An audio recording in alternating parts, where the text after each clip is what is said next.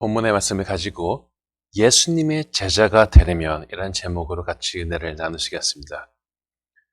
오늘날 제자가 된다는 것은 많은 교인들이 마음을 품고 따라가고픈 슬로건이 되었습니다. 그러나 제자가 된다는 것은 특별한 교육 방식이나 교재에 있는 것이 아니라 자기 마음에서 자기를 이기는 것을 시작부터 끝까지 가지고 가야 합니다. 쉽게 말해서 내가 뭐를 공부했네가 아니라 내 감정을 이기는 자가 되어줘야 된다는 것입니다. 신앙의 가르침들은 듣기 좋은 것으로 끝나는 것이 아니라 반드시 찾아오는 시험과 현실에서 그것을 가지고 이김으로 그 가치가 빛나는 것이고, 나 또한 나의 신앙을 증명해내게 되는 것입니다. 그러므로 내 안에 나의 신앙을 위협하는 것과 맞서 싸울 만한 무기가 당연히 있어야 되죠. 나폴레옹 이전 시대에는 유럽에서 대부분의 군인들은 사병이나 용병이었습니다. 징병제에 의해서 국민 전체가 병역의 의무를 감당해낸 것이 그렇게 오래되지 않았다는 것입니다. 스위스 같은 경우에는 우리가 낭만적으로 보지만은 전국토의 대부분이 높은 알프스 산으로 덮여 있어갖고 150만 명에 이르는 남자들이 용병이 되어서 돈의 목숨을 걸고 싸웠습니다. 아예 스위스 지방 정부가 용병 계약서를 집단으로 체결할 정도로 체계화되어 있었습니다. 그런데 이때 군인들은요, 자기가 가진 무기에 따라서 그 지위나 대우가 달라졌는데 이 무기는 자기 무기였습니다. 오늘날은 국가에서 총을 다 지급해 주지만은 당시에는 자기 무기를 가지고 싸웠던 것입니다. 고대 그리스 시대에는 갑옷을 온몸에 두른 군인들이 있었는데 이 갑옷과 무기도 자기 것이었습니다. 그래서 돈 많은 사람들이 군인이 될 수가 있었던 것이죠. 마찬가지로 성도도 자기 무기가 있어야 됩니다. 자기는 하나도 무장하지 않은 채로 우리의 대적과 싸우려고 한다거나 혹은 피해 가기만을 바란다면 미안하지만 아주 쉬운 먹잇감으로 전락해버리고 마는 것입니다. 우리가 아는 것처럼 에베소서 6장을 보면은 영적인 전쟁을 위한 우리의 무장에 대해서 잘 표현하고 있습니다. 11절 읽겠습니다. 마귀의 관계를 능히 대적하기 위하여 하나님의 전신갑주를 입으라. 그렇습니다. 우리는 잘 무장하고 있어야 됩니다. 불화살이 날아오는데 단단한 갑옷을 입고 있으면 이게 튕겨나갑니다. 그러나 갑옷도 방패도 없는 사람은 똑같은 화살을 맞고서는 쓰러져 버리고 마는 것입니다. 그러므로 항상 내가 단단한 무장을 하고 있는지를 스스로 점검해야 됩니다. 나의 무장이 약해지고 마음이 흐트러질 때 바로 마귀가 역사해서 내 인생을 망쳐버리게 됩니다. 많은 사람들이 그렇게 넘어졌습니다. 고린도후서 10장 4절에 보면 바울은 이렇게 말합니다. 우리의 싸우는 무기는 육신에 속한 것이 아니요 오직 어떤 견고한 진도 무너뜨리는 하나님의 능력이라. 그렇습니다. 우리가 하나님의 능력, 즉 성령을 받으면 그냥 자기를 겨우겨우 지키는 그런 수준의 사람이 아니라 오히려 하나님께 대항하고 방해하는 것들을 밟아버릴 수 있는 힘과 능력을 얻게 되는 것입니다. 우리가 세상을 살면서요, 겨우겨우 자기의 신앙을 방어하다가 중간에 또 어려운 공격을 받으면은 그래갖고 약해져서 무너져 버리는 그런 사람이 아니라 하나님을 신뢰하면서 어려운 것도 도전해서 해낼 수 있는 신실하고 믿음직한 신자가 되어야 되지 않겠습니까? 그리고 이 도전의 기회는요, 사실 누구에게나 주어지게 되어 있습니다. 우리의 보호자이신 하나님께서는 졸지도 주무시지도 않으시면서 우리의 출입을 지키시는 분이시지만은 우리의 대적 샤탄, 이 원어로는 샤탄입니다. 사단은 발음이 약해요. 이렇게 변질됐는데 원어로는 샤탄이죠. 이 샤탄 또한 졸지도 자지도 않으면서요, 우리에게 틈이 생기기만 기다리거나 혹은 우리의 불편한 마음을 충동해서 그 틈을 만드는 일을 합니다. 자기가 지금 충동받고 있는 것이 하나님의 영광을 위한 것인지 아니면 그냥 자기 감정이 상한 것이 그 원인인지 그것을 분별해내지 못한다면요, 말로는 이런저런 명분을 갖다가 쓰면서도 결국에는 주님께 영광이 되지 못하고 마는 것입니다. 오늘 본문에 나타난 예수님의 가르침을 다시 한번 되새기면서 어떻게 해야지 주님이 기뻐하시는 제자의 삶을 살 수 있는지 돌아보기로 합시다. 오늘 본문의 배경은 우리가 추후의 만찬이라고 부르는 밤에 놓여 있습니다. 1절에 보니까 예수님께서 자신의 세상을 떠나 아버지께로 돌아가실 때가 이른 줄 아시고 세상에 있는 자기 사람들을 사랑하시되 끝까지 사랑하셨다라고 합니다. 이렇게 주님의 사랑이 적힌 뒤에 있는 기록은 마귀가 벌써 시몬의 아들 유다의 마음에 예수를 팔려는 생각을 넣었다는 것입니다. 예수님께서는 자신이 잡혀가실 것을 예견하셨고 그렇게 무거운 마음이시지만 마지막으로 제자들에게 예수님의 제자로서 알아야 할 것들에 대해서 끝까지 전하려고 하신 것입니다. 예수님은 저녁 식사를 하시던 자리에서 일어나서 겉옷을 벗고 수건을 가져다 허리에 두르시고 대야에 물을 떠서 제자들의 발을 씻으시고 수건으로 닦으셨습니다. 예수님께서는 왜 이런 본을 보이셨겠습니까? 13에서 15절에 보면은 예수님은 자신이 발을 씻었으니 너희도 서로 발을 씻어 주는 것이 옳다고 하십니다. 이 지역은 땅이 건조하다 보니까 발에 먼지나 동물의 오물이 묻기 마련이죠. 위생 상태가 좋지 않으면 전염병에 도우기 쉽기 때문에 이들은 밖에서 돌아오면 발을 씻었고 종은 주인에게 물을 가져와 그 발을 씻어 주었습니다. 그러니 남의 발을 씻어 준다는 것은 상대를 주인으로 자신의 낮추는 행위로 인식되었던 것이죠. 그런데 이때에도 가룟 유다가 있었는데 유다를 넘어갔다는 기사는 없는 것으로 봐서는 유다의 발도 씻기신 것으로 보입니다. 그러나 예수님께서는 자신의 팔려는 유다에게 마지막 경고를 하고 싶으셨습니다. 18절에 보면 예수님은 성경 인용하사 예수님을 배반하는 자가 있음을 알게 하시죠. 예수님도 마음이 불편하시고 괴로우셨습니다. 그래서 21절에 보면 예수님은 심령이 괴로워 증언하여 이르시되 내가 진실로 너에게 이르노니 너희 중 하나가 나를 팔리라 라고 하십니다. 그런데 예수님이 말씀하실 때 어떤 제자는 예수님의 품에 의지하여 누워 있었습니다. 23절에는 그래 예수의 제자 중 하나고 그가 사랑하시는 자라고 표현하고 있습니다. 요한복음 마지막 장 그리고 또 끝부분에 보게 되면은 이 사랑하는 자 예수의 품에 누워있던 기대었던 자가 나라고 저자를 밝히고 있습니다.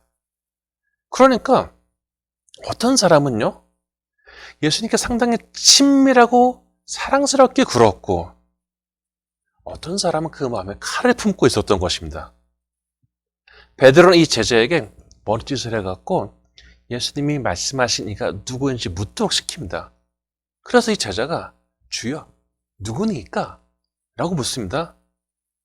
예수님은 대답하시기를 내가 떡 한 조각을 적셔다 주는 자가 그니라 라고 하십니다. 그리고 이것을 가룟 유다에게 주셨습니다. 그런데 27절에 보니까 조각을 받은 후 가룟 유다 그 마음속으로 사탄이 들어갔다라고 합니다. 30절에 보면 유다는 그 조각을 받고 나가버렸습니다. 그런데 우리가 알다시피 유다는 나가서 무슨 짓을 했습니까? 예수님을 잡을 사람들을 데리고 오지 않았습니까? 그가 예수님을 잡으려는 무리의 길잡이가 되었던 것입니다. 자신의 의도가 들킨 유다의 마음은 어땠을까요? 내 마음이 들켜버렸다. 더 일이 커지기 전에 오늘 밤 거사를 치러야겠다라고 했을까요? 아니면 자기가 할 일을 다른 제자들 앞에서 말해버리신 예수님을 향해서 앙심을 품었을까요? 그 전까지요. 이 내용을 보면은 예수님이 하신 말씀을 듣고서 회개하고 돌아선 사람도 있었지만은 일단 자신의 잘못은 보지 못하고 자기 섭섭한 것만 생각하는 사람들이 앙심을 품 일도 있었습니다. 내 신앙에 병들었다는 것은 내 안에 사탄이 들어왔다는 것이고 내가 지켜야 할 내 마음이 열렸기 때문에 이것이 가능하죠. 저는 사람의 마음에 불만, 섭섭함이 생길 때 이것이 영적인 성문을 열어놓는 것이다 라고 말하곤 했습니다. 이런 감정이 생길 때 우리는 자신의 영적인 방어가 느슨해져서 대적이 들어오는 상태가 된다는 것을 알아채야 됩니다. 영적으로 건강한 사람은 그 또한 공격을 당하면 감정이 상하지만은 빠른 시간 내에 회복을 합니다. 전장사를 보면은 마음 먹고 기습하는 적군에게 처음에는 당연히 밀립니다. 그러나 견실한 나라는 곧 반격하고 회복을 하게 됩니다. 그렇지만은 이미 병들 대로 병들어서 망조를 향해 가고 있는 나라는 그대로 무너져 버리고 마는 것입니다. 유다 또한 처음에는 모든 것을 놓고 주님을 따라왔던 사람이고 놀라운 주님의 사역의 동참자였습니다. 그러나 그의 마음속에 사탄이 들어갔고 여기에 놀아났습니다. 어떤 공동체든 모든 사람이 항상 성령 충만한 상태에 있는 것은 아닙니다. 분명히 그 중에서 영적으로 병든 사람이 있을 수도 있습니다. 그래서 문제가 생길 수도 있지만은 중요한 것은 그럼에도 건강한 사람들이 공동체를 다시 세워나가는 것으로 문제가 해결되는 것입니다. 우리는 영적으로 병들지 않기 위해서 늘 각성하고 기도해야 됩니다. 전에 지저스라는 뮤지컬을 봤는데요. 예수님의 대적자들에게 니고데모가 예수님은 사랑이십니다 라고 주장하자 적대자들은 이야 그래? 그 예수의 제자가 말이야 예수 팔려고 우리한테 왔는데 그런 예수가 무슨 사랑이야? 이런 장면이 나옵니다. 마귀는 어떻게든 주님과 가까이 있는 사람을 넘어뜨려 갖고 예수님과 신앙 공동체에 흠집을 내려고 혈안이 되어 있습니다. 이런 일이 의식도 못하는 가운데 벌어지다 보니까 예수님의 제자들은요. 지금 예수님이 하신 이야기를 듣고도 유다가 벌인 일을 알아채지 못했습니다. 설마 지난 3년 동안 동고동락했던 유다가 그럴 리 있겠냐는 마음이 있었을 것입니다. 그래서 29절에 보면은 유다에 대해서 전혀 다른 생각을 하게 됩니다. 유다가 당하고 화가 나서 나간 것에 대해서 가난한 사람들을 도우러 나간 줄 압니다. 이렇게 예수님의 입장에서 보자면 참 기운 빠지는 현실이 눈앞에 있었습니다. 그런데 놀랍게도 예수님께서는 제자들을 책망한 것이 아니라 있는 수준 그대로 그들에게 선한 메시지를 전하십니다. 34절에서 35절에 예수님은 이렇게 말씀하십니다. 새 계명을 너희에게 주노니 서로 사랑하라. 내가 너희를 사랑한 것 같이 너희도 서로 사랑하라. 너희가 서로 사랑하면 이로써 모든 사람이 너희가 내 제자인 줄 알리라. 이 마지막 밤에도요. 누가복음 22장 24절에 보면 제자들은 서로 내가 높다 네가 높다 하면서 막 싸웠습니다. 제자들 사이의 갈등의 원인은 이렇게 서열에 관한 것이었습니다. 심지어는 이들은 전에 길거리에서도 이 문제 때문에 싸우다가 예수님의 책망을 들었습니다. 어떤 사람이 수탉 150마리 자다가 한 장소에다 풀어놨다고 합니다. 수탉은요 매일같이 하루에 50마리 암탉을 수정시킬 수가 있어요. 저희 동네에도 이렇게 수컷 칠면조가 많이 돌아다니는데 암컷을 막 여러 마리 데리고 깃을 이렇게 세고 막 위세를 부리면서 다닙니다. 그러니까 수탉도 50마리 암탉이 자기 거니까 뭐 위세가 대단하죠. 그런데 수탉 150마리가 한 장소에 모이니까 사방에 피가 튀었다고 합니다. 이틀도 3일 동안 사방에서 막 파타닥 소리가 나고 꼬꼬닥 소리가 나고 막 피가 터지게 싸웠는데 그러고 나서 조용해졌다는 거예요. 왜 그런지 아십니까? 1등에서 150등까지 서열에 매겨진 까닭입니다. 이렇게 서열에 매기면서 상대방을 끌어내리거나 밟아버리는 것은 동물의 본성 속에 있는 것입니다. 그러나 우리는 닭이 아니지 않습니까? 예수님은 세상의 질서나 본성 그리고 우쭐하고 싶고 높아지고 싶어하는 그러한 본성을 넘어서서 주님께서 보이신 발을 씻는 본을 따라 살아가는 사람이 바로 예수님의 제자임을 알게 하여 주신 것입니다. 되게 사랑이라고 하면은 상대방을 향해서 가지게 되는 따뜻한 마음 혹은 막 열정적으로 불타오르는 감정으로 이해하는 경우가 많이 있습니다. 우리는 가족이야 혈연으로 묶여 있어서 사랑한다고 하지만 뭐 연예인이나 운동선수나 정치인을 팬심으로 좋아하고 열광하는 사람들이 많이 있음을 볼 수가 있습니다. 그 사람은 나를 알지 못하는데도 자기가 좋아하는 연예인을 보면 미친 사람처럼 소리 지르는 사람들을 우리는 보았을 것입니다. 사람이 사람을 좋아하는데 이유가 있어요? 라는 말이 있듯이 우리가 누구를 좋아하고 사랑하는 것은 상당히 감정적인 부분이 있습니다. 이것은 정확하게 그것 그대로 누군가를 미워하는 일에도 적용이 됩니다. 우리 마음속을 살펴보면 예뻐하는 사람이 있고 미워하는 사람이 있습니다. 예뻐하는 사람에게는 내가 조금 손해보더라도 잘해주고 싶고 미워하는 사람에게는 내가 조금 손해보더라도 한 방 먹이고 싶습니다. 예수님께서는 제자들이 서로 사랑하라고 하셨는데 그것은 상대방이 너무 예쁘고 사랑스럽고 나를 만족시켜 주기 때문이 아닙니다. 그래서 그렇게 하는 것이 아니죠. 예수님이 하신 말씀을 마태복음 5장 46절 48절 읽겠습니다. 너희가 너희를 사랑한 자를 사랑하면 무슨 상이 있으리요? 세리도 이같이 아니하느냐? 또 너희가 너희 형제에게만 무단하면 남보다 더하는 것이 무엇이냐? 이방인들도 이같이 아니하느냐? 그러므로 하늘에 계신 너희 아버지의 온전하심과 같이 너희도 온전하라. 그러므로 우리가 자기 감정대로만 사랑하고 좋아하고 같이 놀고 하는 것을 넘어설 때 우리는 그것을 보고 계시는 하나님의 상을 기대할 수가 있다는 것입니다. 우리가 신앙생활을 하면서도요, 나름대로 실망하거나 섭섭하거나 불만한 경우가 있기 마련입니다. 그런데 우리가 자기 감정대로 신앙생활을 한다면은, 예를 들어서 나 기분 나쁘다고 교회 다니지 않겠다고 한다면 심경적으로 동정이 가지만은 하나님께서 기뻐하시는 말은 아니지 않겠습니까? 신앙생활을 하는 교회에서도 당연히 기분 나쁜 일이 생기기 마련입니다. 작년에 제가 LA에 세미나에 있어서 어떤 큰 교회에 가서 이렇게 참여를 하고 있었는데 평신도 소모임을 관찰하는 시간이 있었어요. 근데 실상은요, 어떤 분이 자기의 억울한 이야기를 목사님 제가 했으니까 이렇게 하더라고요. 교회에서 주차 관리를 봉사를 하시는 분인데 어느 노인분이 주차를 함부로 해갖고 옆에 있는 사람과 시비가 붙었다는 것입니다. 그래서 자기가 말리러 갔더니 자기 얼굴로 주먹이 날아오더래요.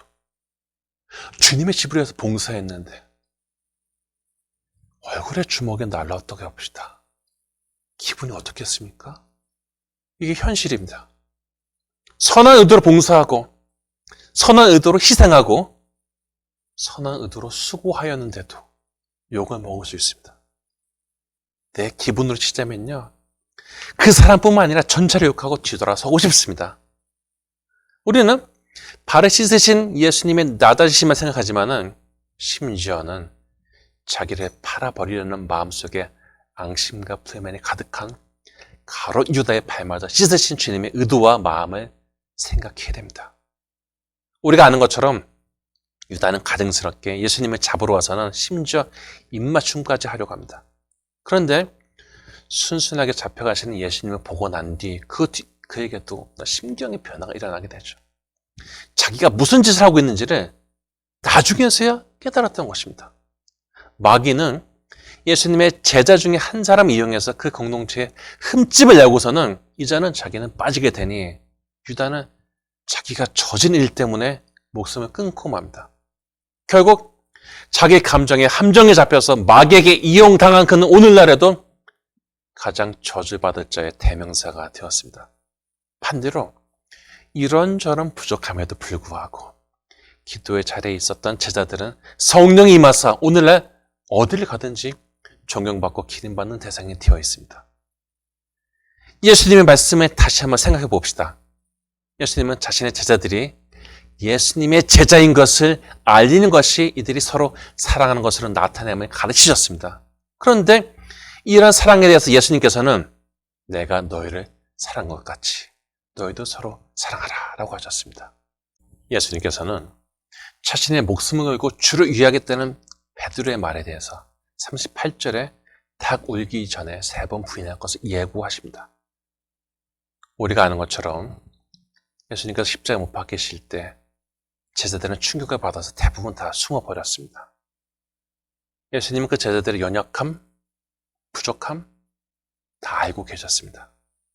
그러나 실망감에 잡히거나 자기 감정대로 사랑하신 것이 아니라 부족한 그대로 사랑하시는 본을 보이셨습니다. 그리고 그런 사랑을 제자들이 서로 하라고 요구하신 것입니다. 바로 이렇게 자기 감정을 넘어서서 사랑하는 사람이 예수님의 제자가 되는 것입니다. 그러듯 한 수많은 부정적인 이유와 항변이 있지만은 그럼에도 예수님의 본과 말씀이 마음속에 가장 큰 무게 중심으로 자리를 잡은 사람이 바로 주님의 지시를 실행할 능력을 가진 사람이 되는 것이요 주님의 제자가 되는 것입니다. 한 번 살아가는 인생인데 자기 감정이나 자존심에 팔려갖고 멋대로 하는 연약하고 미숙한 신앙인이 아니라 주님의 명령대로 순종하는 열매를 가지고 진정한 제자의 삶을 살아야 되지 않겠습니까? 이러한 발전과 능력이 여러분의 것이 되시기를 축복합니다. 바라옵기는 자기 감정에 잡혀서 넘어지는 수준을 넘어서는 성도, 예수님의 본을 따라 사랑하는 제자가 다 되시기를 주님의 이름으로 축원합니다.